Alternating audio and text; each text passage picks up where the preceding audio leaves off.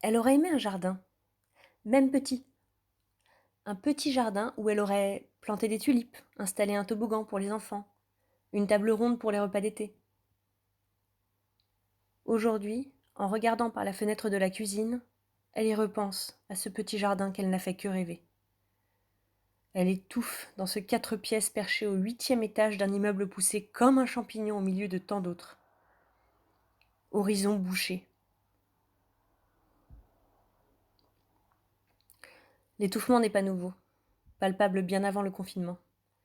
Mais les tentatives pour y échapper sont désormais si fragiles. Plus d'espace pour le rêve d'un autre ailleurs. La peur grignote jusqu'à l'irréel. Le bourreau est dans la place. Omniprésent, omnipotent, totalitaire et tout-puissant. Le bourreau est dans la place. Jour et nuit, nuit et jour. Confiné, il a trouvé de quoi s'occuper. Il joue du poing et du pied. Plus de répit. Les rituels sont déréglés. Attaque par surprise. Pas le temps pour la position de repli. Télé, tablette, console. Les enfants sont dans leur chambre. Tout se fait à leur insu. Les portes sont fermées. Rares sont les bruits qui échappent. Il lui susurre à l'oreille qu'elle n'est qu'une pute, une salope, qu'elle va crever. Elle est déjà à terre. Pas de crescendo dans les coups. Elle étouffe ses cris dans la moquette du salon ou le carrelage de la cuisine.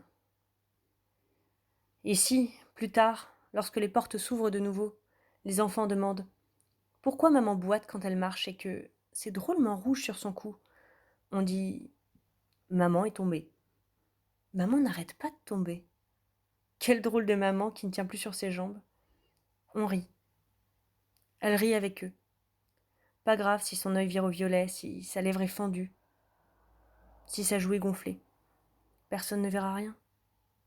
Les sorties sont comptées, les voisins confinés, et c'est pas le genre de la maison que de faire les guignols à la fenêtre le soir à 20h.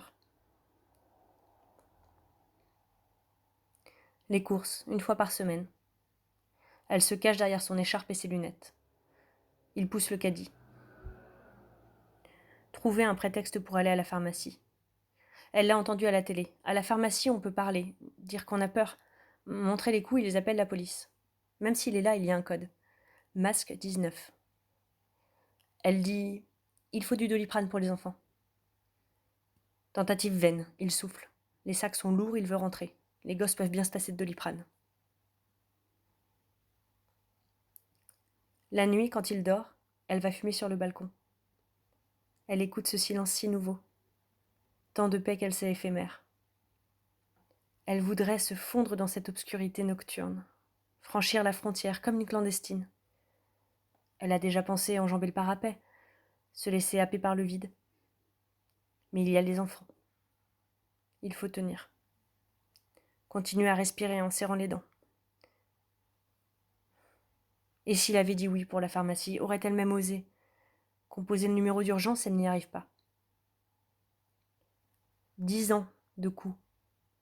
10 ans de mots qu'elle ne dit pas. 10 ans de peur, d'espoir aussi. D'amour, peut-être. Il faut continuer. Le bourreau est dans la place. Jusqu'à quand pourra-t-elle encaisser ?